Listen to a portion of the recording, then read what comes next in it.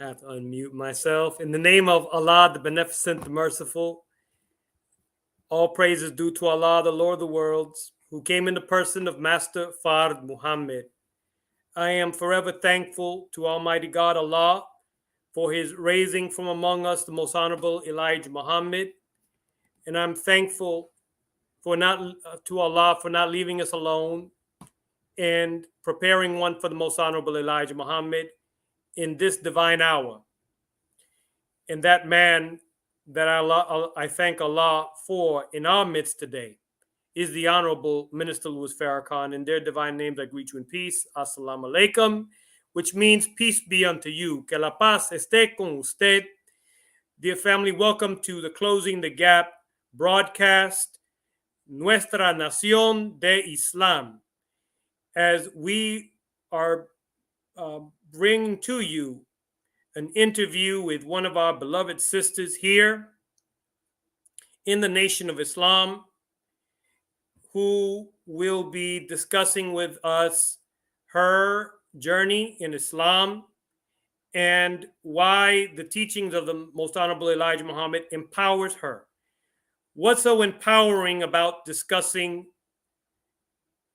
the sacredness and the empowering voice of our beloved sisters? I want to share some words from the Honorable Minister Louis Farrakhan before I bring on our beloved student minister, Abel Muhammad, who will be introducing the host for tonight's show, as well as our beloved sister who will be interviewed. But the Honorable Minister Louis Farrakhan says the following words in The Sacredness of the Female, a lecture conducted by the Honorable Minister Louis Farrakhan on September the 2nd, 1993 in Chicago, Illinois.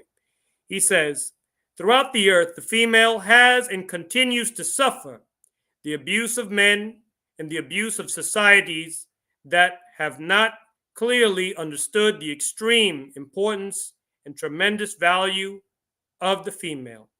The disrespect of women is the reason that the earth and the world is in the condition that it is in.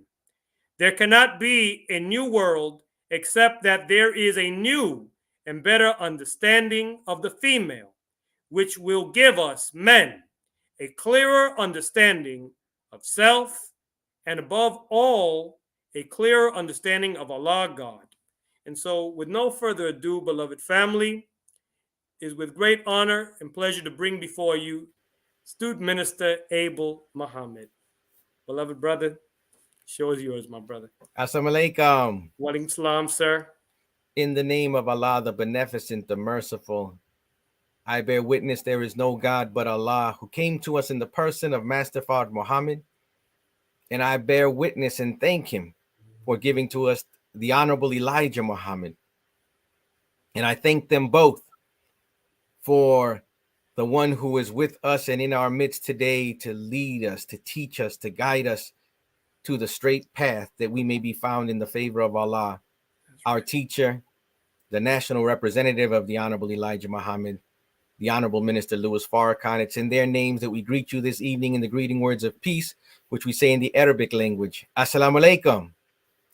And dear brothers and sisters that are joining us, it is a great, great honor to be back on the Closing the Gap broadcast network and platform to speak again about the teachings of the Honorable Elijah Muhammad, and in particular, to speak and to hear from the women who belong to Islam in North America under the guidance of the Honorable Minister Louis Farrakhan and his perfect representation of the life-giving teachings of the Honorable Elijah Muhammad.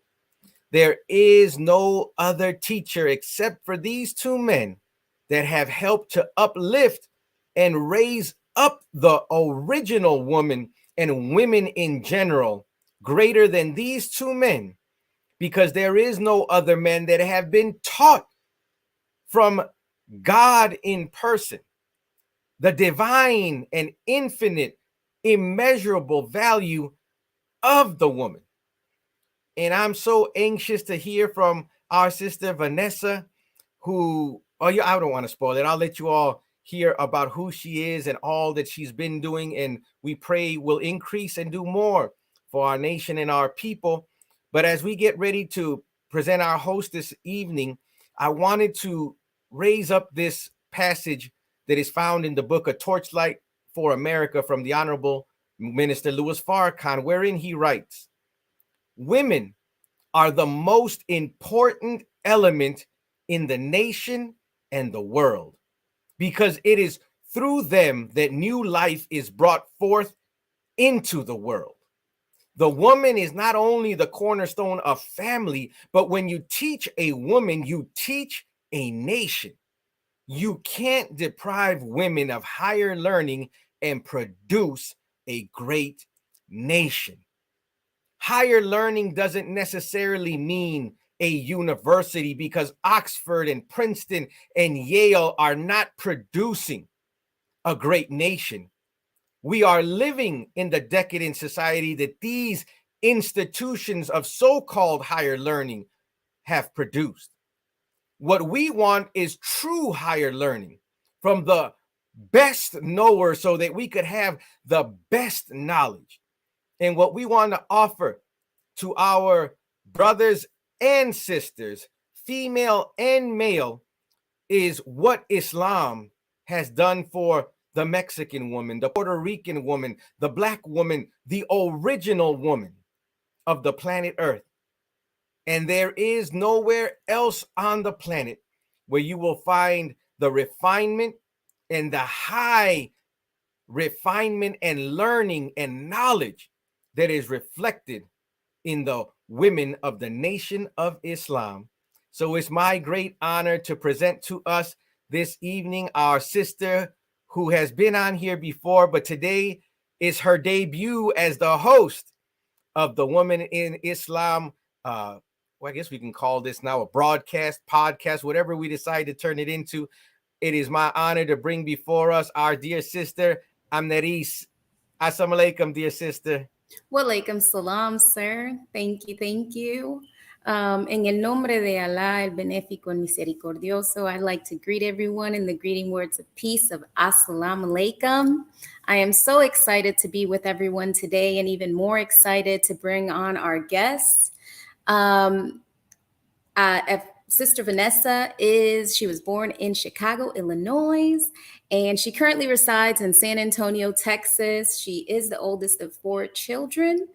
Sister Vanessa is a real estate agent, Spanish teacher, yoga instructor, and a holistic enthusiast, amongst a lot of other things, I'm sure. She was introduced to Islam in 2020 and became registered in 2021. I would like to bring on our guest, Sister Vanessa X. Assalamu alaikum. Walaikum salam, ma'am. And how are you?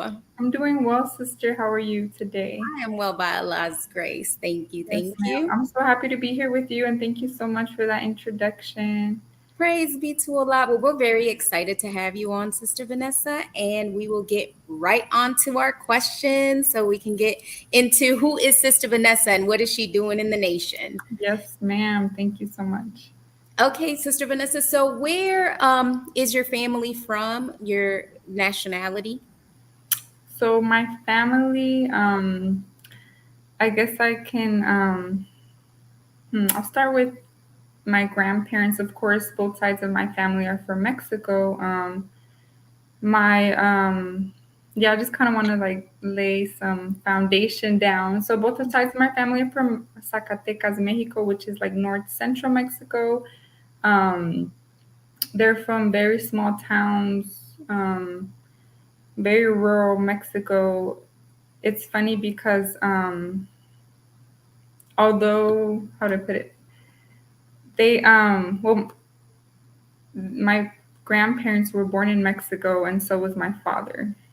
But then they immigrated. My father was born also in Mexico, and then they immigrated to Chicago, where my father met my mother. My mother was born in Chicago. So I guess you said nationality, right? Yes, ma'am. Like, where are you from? Like, where's your family from? Your background? Where were Okay. you born? Okay, yes, ma'am, definitely. So I guess, I mean, my nationality is, I guess it would be Mexican American. My dad born in Mexico, my mother born in the States in Chicago. Praise be But to yes, ma'am. But I was identified actually just as Mexican. Yes, ma'am. You know, I think have my parents to thank for that. So Yeah, yeah. absolutely. Okay, yes, ma'am. And so, going into that, how were you first exposed or introduced to our teachings? So I was first exposed to the Nation of Islam on Instagram. Um, I the I came across like a video actually from Brother Rizza Islam. Um, it was like prior to me even knowing anything about the nation, but I remember seeing videos from him, and he was just speaking on like very conscious topics. And I mean, I just really didn't know who he was affiliated with, or I didn't even know anything about the nation even then. But like, I just remember like I have an image of him like in a bow tie, like speaking and like, you know, sharing knowledge with us. But even then, like I didn't know anything about the nation. But I guess that was like my initial introduction into the nation, or just that the first memory that I have. And then shortly after that, actually a brother here in San Antonio, he introduced me to the nation. A longtime friend of mine. We actually went to high school together, so he was kind of, you know, already around the believers, and he was, you know, doing his studying, and he would share with me like different things that he was learning. And you know, I knew nothing though about the Nation of Islam. He kind of gave me like my first bean pie, and he was just, you know, just sharing like knowledge and wisdom, you know, especially like about the woman that he was, you know, learning. And I feel like that was, well, yeah, my initial introduction. He kind of like planted a seed for me Praise be to at Allah. the time. That was like back in 2020. Wow. Praise be Yeah, so to like Allah. 2 years ago. Yes, ma'am. So, what was it about that message that attracted you personally? What attracted me personally, I feel like initially the basically just how the minister would express himself about the woman. So just seeing like different videos from the minister, because shortly after that, I started watching the minister on YouTube and just kind of listening to how he would express himself about, I feel like it's everything that I needed to hear, like about myself. At the time, I feel like I had a very, just like low sense of like self-worth and self-value. And that kind of led me to further want to know more just based on like hearing him and say like all these beautiful things. And I remember during that time, I had actually started getting into books, books about the nation. And the first book that I ever read was Before You Say I Do by Brother Nuri. So I feel like that really just was kind of solidifying everything that I was hearing the minister say and kind of putting it in like a nice, book form, and where I could just kind of follow along. And the just the fact that there was so much going on like within myself at the time, and just hearing that word was kind of hope, like for myself, that okay, like I know I have a problem, so like where is the solution, and like with the minister, I feel like it's always like he's telling you something, but also if you listen carefully, he's also giving you the solution. So I feel like the problem and the solution lied within myself. So he was just kind of pointing me in the right direction. And also, that was really like my initial attraction. And also, I feel like when I heard that the Nation of Islam is very conscious about just the type of food that we put into our bodies, like I feel like the puzzle pieces were just fitting perfectly, because I was like, okay, y'all have not one but two books on eating properly and like eating to live. And at the time, I was very much so into, um, like eating. I mean, what I thought was eating properly, because even reading How to Eat to Live, it kind of just changed my perspective even more so. But a little background: I had stopped eating meat. I haven't ate meat for about like 5 years now, due to I was kind of in the pharmaceutical industry for a while and just being surrounded like by so much sickness, and it just kind of led me down a path to want to seek different, I guess, different information as to how our health is connected to the way that we eat. That's right. So I was just looking into different topics like that. And then when I heard that that's a big part of the nation, like I was just like, all the puzzle pieces were fitting together. And I felt like, in a way,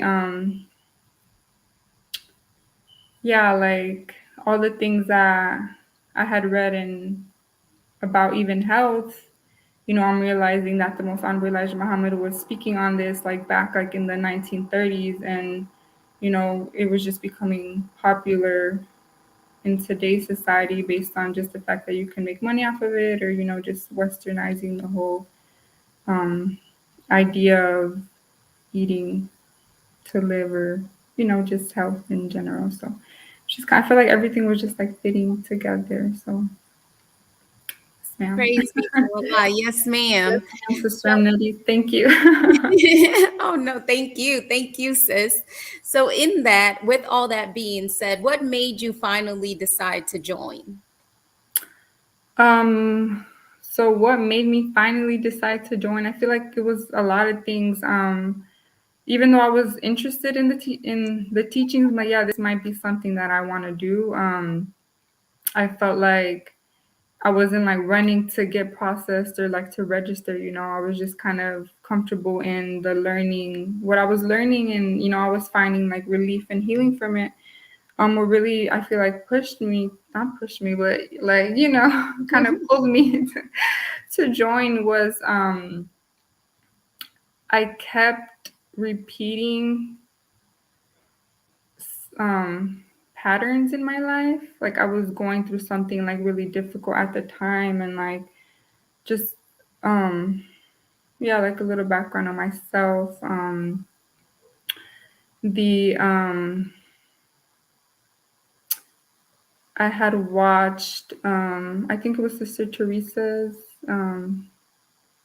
her interview actually, and she was talking about just like the pain that sometimes that we carry and we're not able to deal with.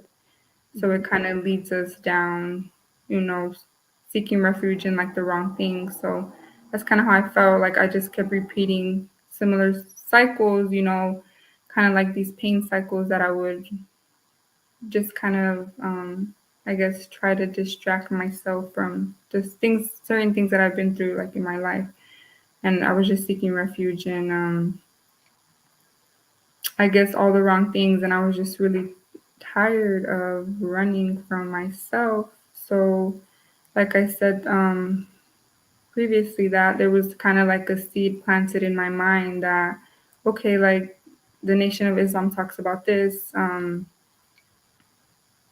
Like I was out there in the world and I was tired of struggling, you know, like there was nothing else out there for me basically. So I had, you know, like it just kind of really drove me to want to become a better version of myself. And I was finding that healing and that just the knowledge of who I was and who I am in the teachings. And I'm so grateful for that because really it's something that I feel like I was always looking for, I guess, you know, like um unconsciously. But you said what drove me to join, right? Is Yes, that what ma'am. the question was? Yes, Okay. ma'am.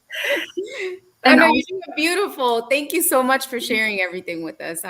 We greatly appreciate it for your yeah. transparency as well. Yes, ma'am. Thank you so much. Yeah, I was thinking about the interview. I was like, how transparent do I want to be? You know, like not that I'm trying to hide anything, but it's just, you know, No, talking we about thank you. ourselves can sometimes Mhm. be a little nerve-wracking. But um basically, yeah, so that's really what drove me to join, I feel. The just the fact that there was something that I was getting from the teachings, like even like I liked what I was reading, I liked what the message, and as I started to dig in deeper, I'm like, okay, this is something that I I was getting healing from, just based on like how um like I how I put it. So I guess like we can kind of go the route of whenever I was going through what I was going through. I guess I can share a little bit more about that. But if you were to ask me like if I had a good childhood, like I would say yes. Like up until a certain point, um, I felt like when I was 11, we moved from Chicago to San Antonio. It was just like a very big turning point in my life. My And when I got here, actually, my parents, you know, they split, like they got a divorce, like we see in many of our culture, you know, that it's you're raised in either like a one parent household.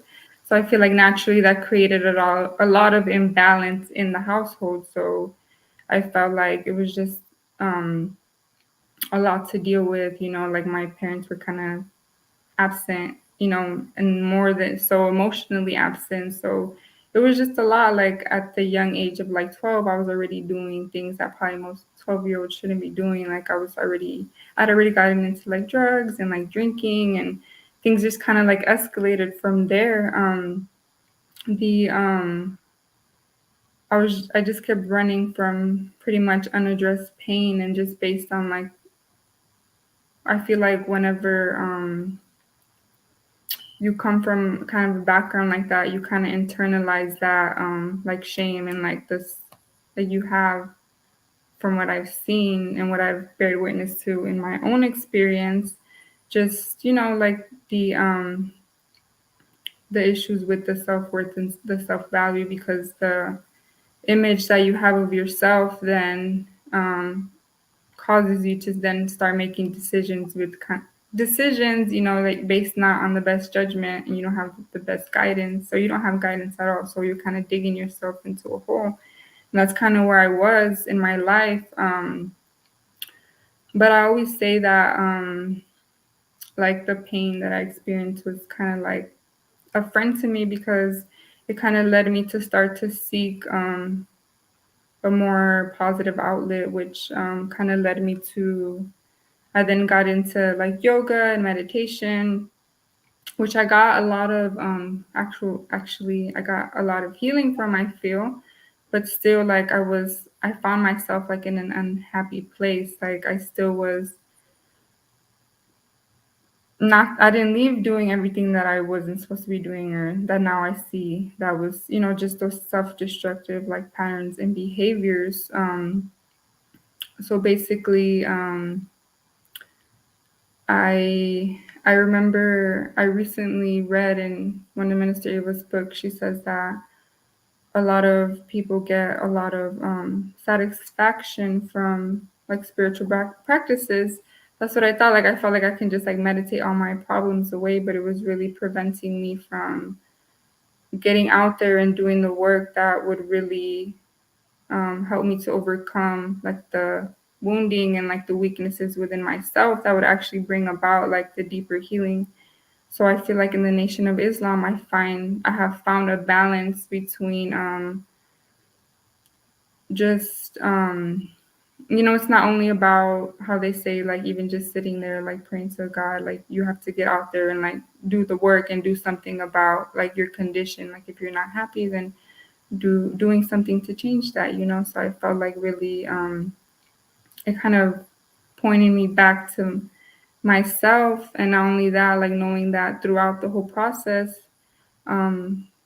there's a God that is involved in all that, that there's a reason for my pain. And I can tell you that prior to the Nation, like, I had no real relationship with God. I didn't really know, I had kind of the same, like, just a view of God like that. I just didn't have the proper understanding. And it really is just understanding that our primary inclination is to have a relationship with God. It kind of shifted everything, the relationships around me. So just, yeah, that's where I'm at right now. Praise be to Allah. Beautiful. Thank you. Thank you. And we actually have a great question from one of our audience. And Brother John X asked, Assalamu alaikum. How were you received by the believers when you joined being of Mexican descent? What obstacles have you encountered, and any, in following the teachings? Thank you so much, Brother John X, for your question. So, being that I live in San Antonio right now, we actually have I don't want to say large, but the believers in San Antonio, I feel like, are pretty mixed, if you can say that. I mean, I feel like we're all part of the original family, but of so-called Mexican descent, we have believers that were already registered that are of so-called Mexican descent. So I feel like, and even what, like, the population in San Antonio is already so diverse. So I feel like it's not out of the norm to see, like, you see a lot of communion between like the Black and like the so-called brown. So I feel like I was received very well. And I remember my initial conversation with my sister Captain. She said something so beautiful to me. Like, after we conversated at the end, she's like, "Welcome home." And that, to me, like, it was something that I really felt that way, like I was coming home. And yeah, so I was, I feel like I was received very well. So I'm really grateful for that. And praise be to Allah. Yes, ma'am. And the obstacles that I've encountered following the teachings, I feel like really the only obstacles that I've encountered, I mean, are well, the more ones that have given me issues are like internal obstacles, I feel.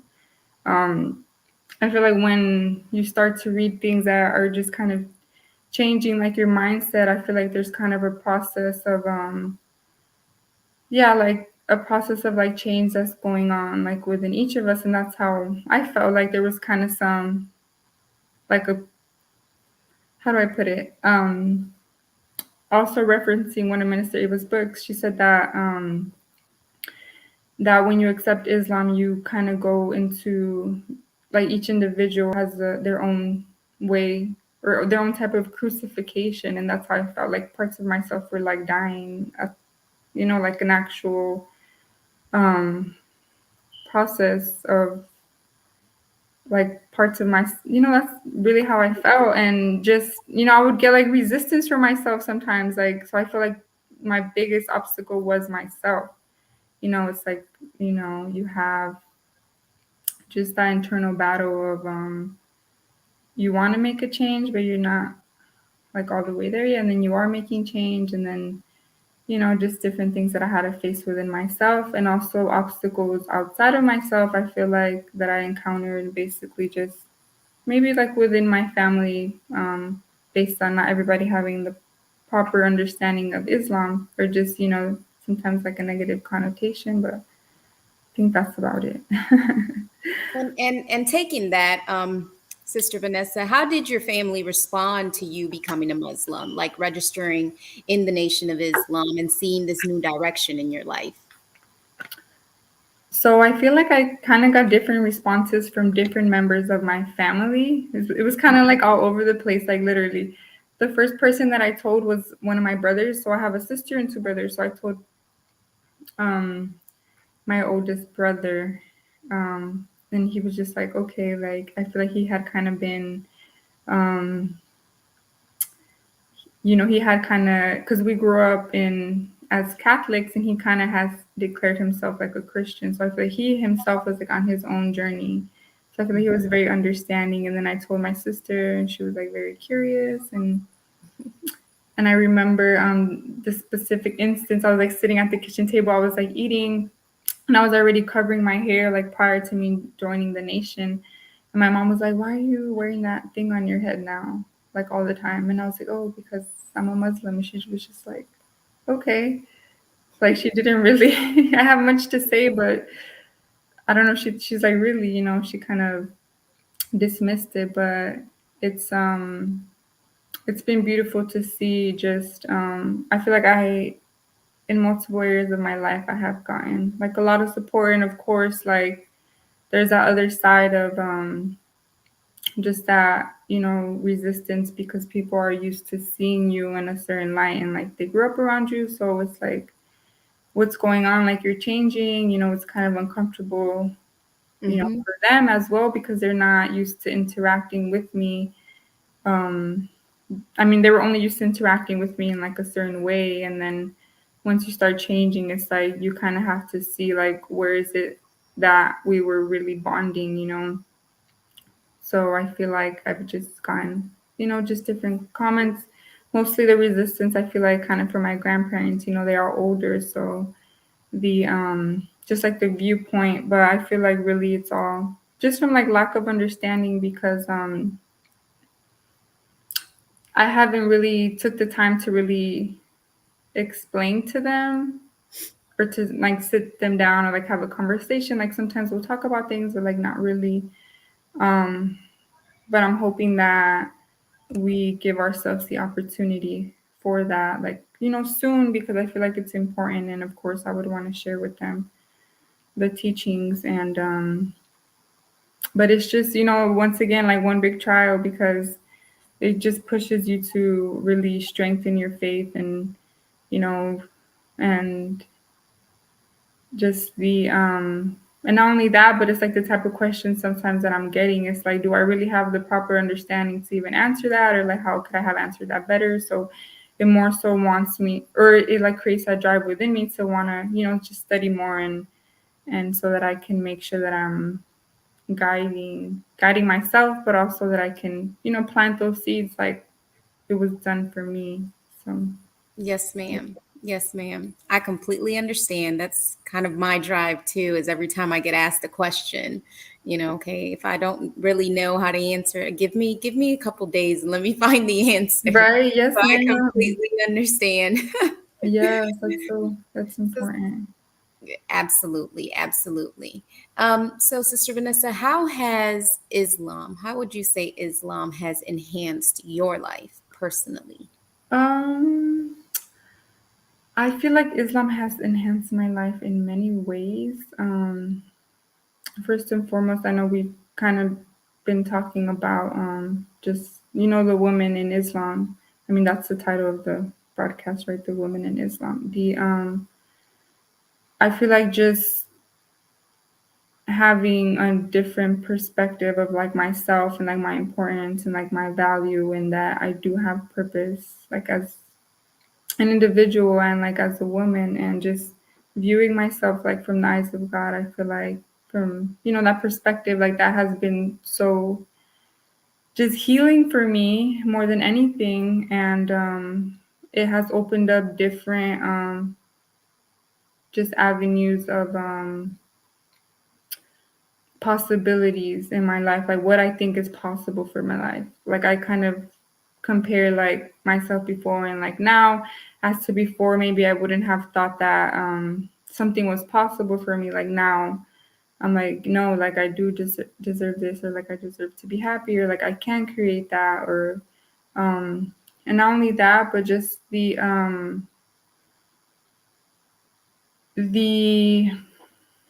fact that I feel like now I have the tools to overcome the obstacles in my life that are being presented to me. Because the obstacles are going to be there, the difficulty is going to be there, whether you're a Muslim or not. But just having that understanding that that's all for a reason, and that there's something special within each of us that God deposited. So all these things are just meant to really bring them out of us, and facing that difficulty head on. Whereas in the past I would have probably ran like way far the other way. And it's like the faster that I feel like we can face those things, the faster that, because you can't run from ever, especially not from yourself. So That's right. yes, ma'am, it has been a very beautiful experience, a very healing experience, and also the even being around the believers, I feel like has been something very important to me as well, because you see, like, personally, like, I mean, out there in the world, like, you don't have a proper understanding of like the relationship between like a male and a female, and just knowing that they're just feeling the respect like from the brothers, and like seeing how the sisters carry themselves so beautifully, it makes me want to be better. And then even at first, like when the brothers were like so nice, like they opened your car door, like they opened the door for you, I'm just like, at first I'm like, okay, Right. maybe I can open my own door. And I think one of the sisters here, praise be to Allah, for her, she's like, no, like you have to just let it flow, because you do deserve that, like That's right. it's just something that we're not used to seeing. And that kind of in itself was also very, very healing for me. So Right. I'm really grateful. Yes, ma'am. Well, I know that you've been involved in some things around the nation, so I am going to ask you a couple questions about that. Okay, Um, yes, ma'am. I know that in your bio you did say you're a Spanish teacher, and I know that you have been teaching the children. Do you want that? Sorry, you like cut off a little bit. Can you repeat the question? That I know that you've been teaching the students of Asiatic minds. So I wanted to see if you could tell us a little bit about that and that experience. Yes, ma'am. Praise be to Allah. Thank you so much. So with Asiatic minds, of course, that's something that I always felt like I was meant to work with children, but it was just something that kind of came out of the blue. So I feel like you never know how Allah is going to use you.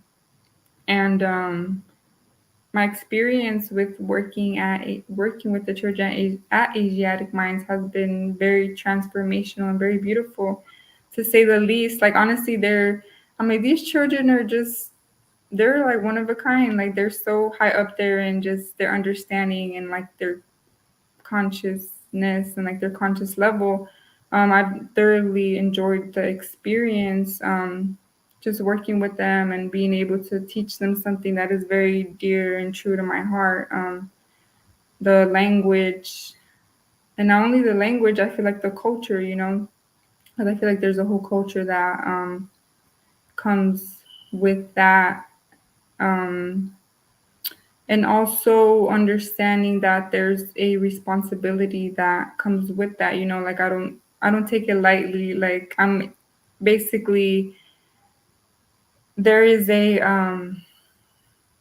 yeah, like you have basically access to a child's mind, you know, so That's it's right. like making you know, like making sure that I'm instilling within them things that I wish would have been instilled within myself. Like I always try to talk to them about like um, just self value and like loving themselves, and the importance of not speaking about themselves negatively. Like a couple of experiences, you know, when we first started this class, like sometimes I would hear them say something negative about themselves, and just kind of reframing and redirecting their mindset, and you know, just kind of explaining to them the importance of our thoughts, you know, and you know, because that is what's really creating sometimes, well, not sometimes, like all the time, like our environment or our life, you know, like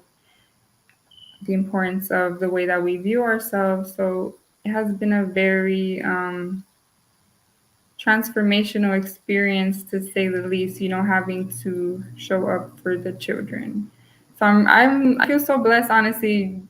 Teaching at Asiatic Minds has been one of the best things that could have ever happened to me, and hopefully I'm, you know, the God is proud that, you know, I want to contribute in any way that I can, and if that is a way for me, you know, then you know, I'm all for it. So yes, ma'am. Praise be to Allah. We are definitely thankful to have you as a teacher Thank for you, the Sister students, Vanessa. especially with, you know, you're right, you know, especially the children being our future. Having Mhm. a teacher that instills that in them is so important. Yes. So thank you, Sister Vanessa. Well, Thank thank you. you. And so you are also involved, and I know many probably of our viewers have seen you in the Let's Get It Clean Spanish videos. Tell us a little bit about that and how that experience has been. Yes, ma'am, definitely. So let's get it clean. If you would have asked me like a couple months ago, like Sister Vanessa, and like being in front of a camera, like no, like even now, you know, like it's just something that, of course, you know, something that I've had to work at, but the experience of being just like the whole process, like there's so much that goes on behind the scenes. Like I'm also on the translation team, so translating the document and then just like preparing to present like the information has been something that's been, you know, like a very beautiful process, and a process where I have to learn to, where I've had to learn, and I'm learning to like really discipline myself, and kind of time management. Like I'm learning so much first and foremost about myself. Like I try to use everything as a way to yeah, really, now, you know, like it's not just something that I'm doing. Like how can this help me in like my own, you know, self development?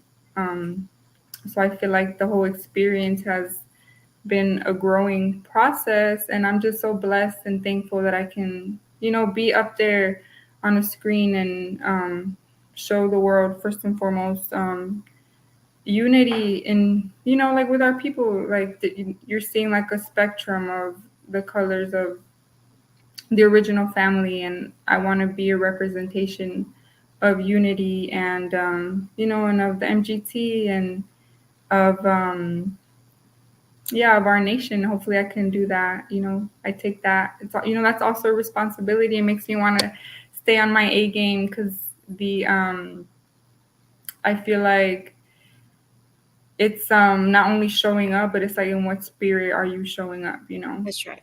So it's like the there's a lot that goes into that, and just kind of playing with different like I, with, how do I put it, my going days without studying, like how am I feeling, like how am I showing up in the world, like how am I going to present it, like I have to make sure that I'm doing what is important, like studying, the praying, the just the foundation of what Islam is, so that I can not only show up, but show up in a way that is going to be beneficial, that I can get the message across in a in a beneficial way, and then with an uplifted spirit. So I feel like that has been very, I've enjoyed the process. Praise be to Allah. And we are definitely thankful for that, because we know how important these videos are for our people to know how to clean properly. So the fact that you have been there actually doing it in Spanish, so that it is available to those that do not speak English and can now understand it, thanks to the fact that you are on camera saying it is, saying it in their language, is so important. And that is something beautiful. And we are so thankful for that. So thank you once again for that. I'm learning to clean too, though. I'm like, so it's like the whole process. I'm like, okay, we're learning together, So I didn't even know that I didn't know how to clean. It's like you're taught one way, and then you learn that no, like this is, there's probably a better way to do things. So. Absolutely, we're all learning to clean. We thought we knew how to clean. Exactly. There's a proper way to clean the sink, right? Yes, exactly. So it is absolutely necessary to learn. So thank you for that. Yes, so we know these ways that you have been contributing. Do you see, how else do you see yourself contributing to the mission and in other areas? So I feel like there's so many ways that I want to contribute to the nation and like to our people. Like the I feel like I have a love for our people, and there's like a drive within myself to want to really help them, and that really comes from just my like environment and the way that I was raised, and the that I have been blessed to been able to spend time with our people, like in Mexico and in different parts of Mexico. So it really instilled with me like a wanting to help them, not only them, but just the mission in general. I feel like I want to be able to bring about unity in between all of the members of the original family. I feel like we have brothers and sisters in different parts of the world that we don't even know, like are our brothers and our sisters. So however God wants to use me when it comes to that, whether it's like translations, teaching Spanish, just really anything, And also we started I can quickly mention, we actually started like a Wednesday study with some of the Spanish speaking brothers and sisters, where we attend Friday night study, and then we take that material we've translated, parts. Right now we've only really been focused on study guide 19, and we take the questions, and on Wednesdays of the following week we present it to, we invite, anybody, any of the Spanish speaking brothers and sisters who would like to attend, or, just our family members. So I feel like that's something that is, fairly important to myself. And and just any other way that the God wishes to use me, like I'm for that, because I feel like there's so many aspects and parts to the teachings, and I feel like if I can use my talent, skills, and abilities to help out in whatever area, then I'm with it. That's right. Praise be to Allah. Praise be to Allah. Yes, ma'am. Okay, yes, ma'am. So how has the teachings of the Most Honorable Elijah Muhammad affected how you identify yourself as a so-called Latina? Yes, ma'am. Thank you for that question. So I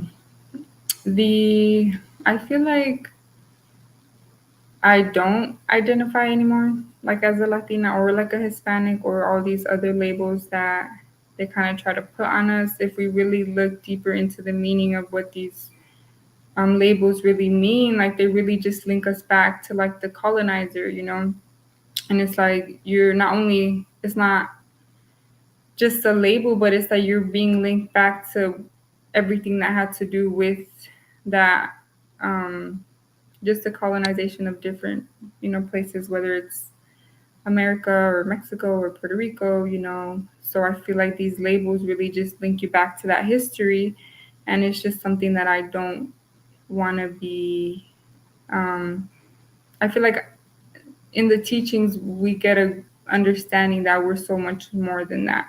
So it's like limiting yourself to a certain place on the map, or yeah, like you're the words, our word choices matter. So you're basically unconsciously limiting your own potential. And so I feel like I don't identify as those things anymore. And just, you know, like if you would ask me what I identify with now, like I would tell you that, well, I identify as an original woman, as the second self of God, as the mother of civilization. And even if you would ask me, I also, you know, understanding that Black is universal, and I can see myself as fitting into that as well, because as we learned from Brother Abel, that,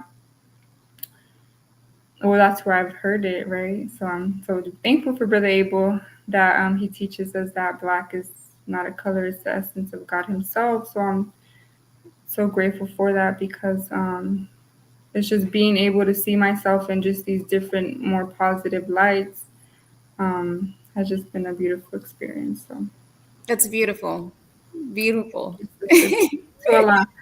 Thank you, Vanessa. We are so thankful to Allah for you and all the works that you're already doing, and inshallah, the works that you will continue doing.